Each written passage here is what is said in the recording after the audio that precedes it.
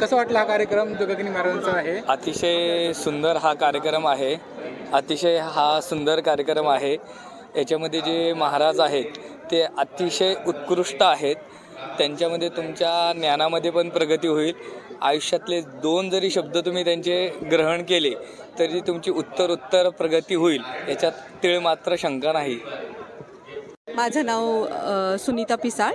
मी ॲक्सेंचर कंपनीत as a product manager काम करते. काय नेमका हा जो अमृत महोत्सव आहे कुठल्या भागातून कोण आले आहे? काय नेमकं उद्देश आहे? हे गीता अमृत महोत्सव स्वामीजी गोविंदगिरी महाराज त्यांचा 75वा वाढदिवस आहे आणि त्याच्यासाठी देशभरातून लोक आलेत भागवत कथा ऐकायला आणि अनेक संत आलेले आहेत आणि रोज 2-3 संतांच्या अशा कथा आहेत इथे. उपदेश झाले त्यापैकी तुम्हाला कोण आलं? काल भास्कर गिरीजी महाराजांचं कीर्तन अतिशय सुंदर झालं. वारकरी महाराज आहेत ते आणि आळंदीतलेच आहेत. खूप सुंदर सांगितलं त्यांनी उपदेश गीतेवरती.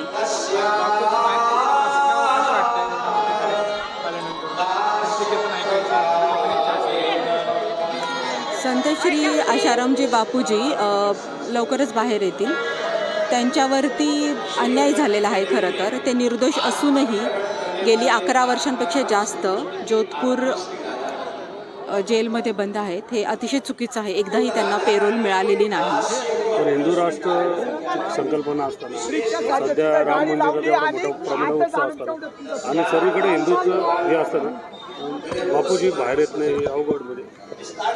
हो, तुमचं म्हणणं अगदीच बरोबर आहे. हिंदूंचं राष्ट्र आहे आणि त्याच्यामुळेच आमची प्रार्थना आहे की केंद्र सरकारने, राज्य सरकारने आणि सगळ्या साधू संतांनी याच्यावर पुनर्विचार करून परत एकदा न्यायपालिकेनं निर्णय बघणं गरजेचं आहे. आणि हिंदूंचं राष्ट्र असताना अशा संतांना 11 वर्ष त्रास दिला जातो ही अतिशय लाजिरवाणी गोष्ट आहे. नक्कीच याच्यावरती पुनर्विचार होणं गरजेचं आहे. 2004 साली जेव्हा जयेंद्र सरस्वतींना 9 महिने तुरुंगात ठेवलं होतं त्यावेळी सर्वात आधी दिल्ली जंतर मंतरवरती संत श्री आशारामजी बापूजींनी आंदोलन केलं होतं, उपोषण केलं होतं.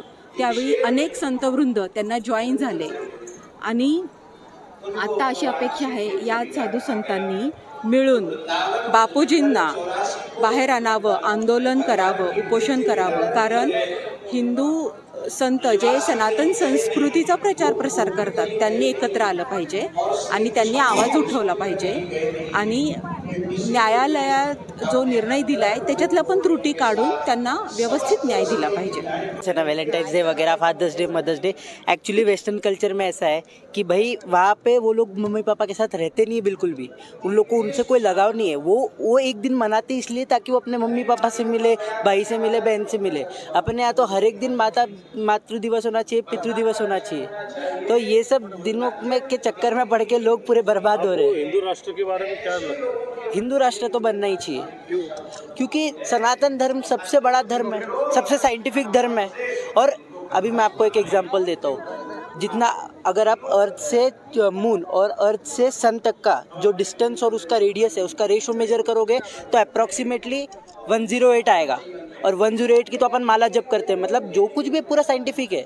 अभी यहाँ पर कुंभ मेला हर 12 साल में होता है और 12 साल में जो जुपिटर एक राउंड मारता है सन के अराउंड, तो ये भी मतलब कितना कैलकुलेशन कितना एक्यूरेट है अपना.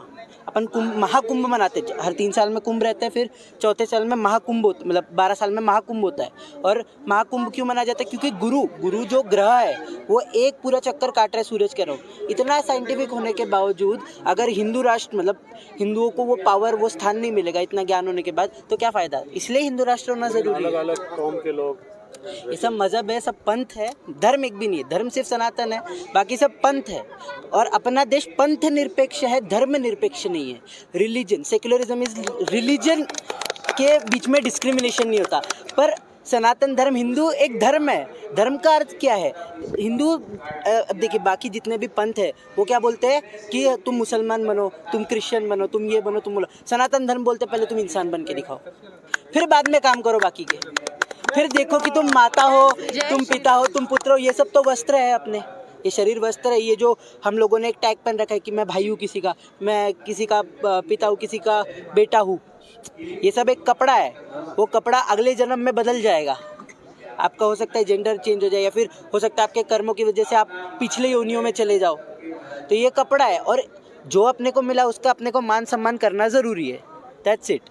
अभी इतना साइंटिफिक होने के बावजूद अगर सनातन का एक खुद का राष्ट्र नहीं हुआ, पहले तो पूरी दुनिया सनातन की मतलब हिंदुत्व की थी, राम मंदिर, राम राज्य, ये सब मतलब पूरा अर्थ आता था इसमें, पर वो धीरे धीरे अलग अलग पंथ बनने लगे, ये बनने लगा। कलयुग, कली प्रभाव है, कली का सनातनी प्रभाव। धर्म है, बाकी कोई सनातन धर्म है, बाकी कोई धर्म नहीं है, सब पंथ मैं है, बताना चाहूंगी इसको रिलीजन है। कि सनातन मतलब क्या है कि मूल, जिसका सनातन मतलब इनफाइनाइट, सनातन मतलब ना जिसका ना आदि है ना अंत है, सनातन का अर्थ ना आदि ना अंत।